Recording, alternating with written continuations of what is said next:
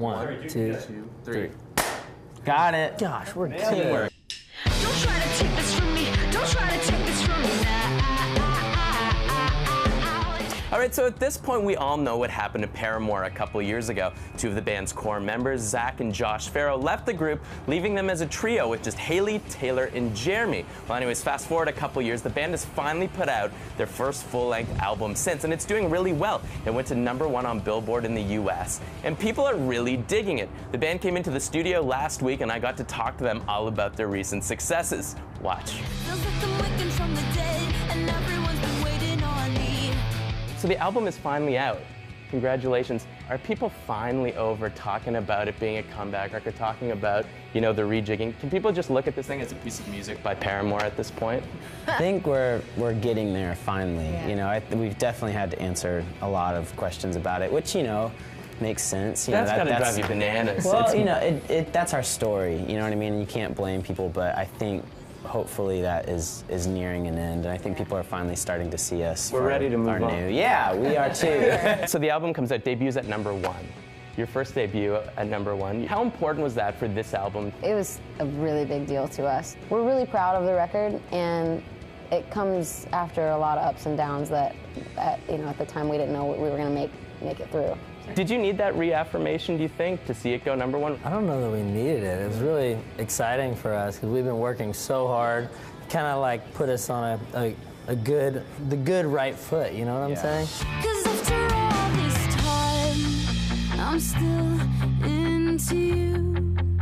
Is it fair to say that you guys tried not to write, like, Paramore songs? At first, we very much did try to write Paramore songs, because that's, you know, obviously we're Paramore, and that's where we've been the last 3 albums, and I think we wrote some pretty cool songs in that vein. It's not that it was bad, but we just didn't believe in it. It was kind of like there wasn't life in it, you know, and I think it was the ideas that came from far left or even far right, something super poppy, something that was kind of out of our comfort zone. That's what made us feel alive, you know, and I think, yeah, and after kind of getting a few of those under our belt, I think we realized, you know, we just need to we need to make songs that we believe in and that we want to play.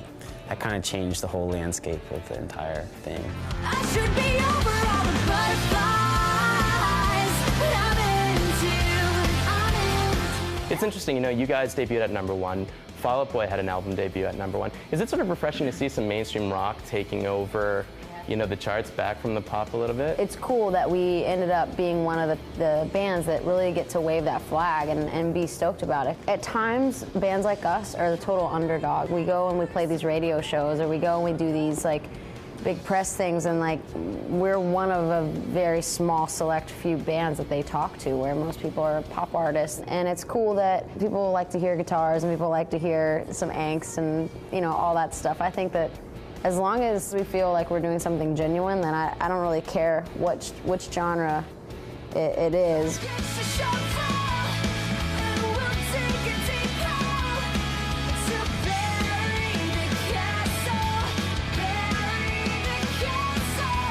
Do you guys at this point feel like you have to be anything specific for your fan base? There definitely was a time that, at least for me personally, that I felt like I had to be something for someone, and having responsibility of, you know, being an influence on someone. It was really, that messed with me a lot, you know, and I felt like there was a really big responsibility, and, you know, how do I dress, how do I need to act, and what do I do? And I think we've really grown and realized like the beauty of being yourself, and it's a big message even on this record. A big theme is just like being comfortable of loving yourself, and being able to show people that you make mistakes and that we're all the same. And so I think that that's still a constant journey we're on, is becoming more and more comfortable as ourselves and learning how to kind of let go of that.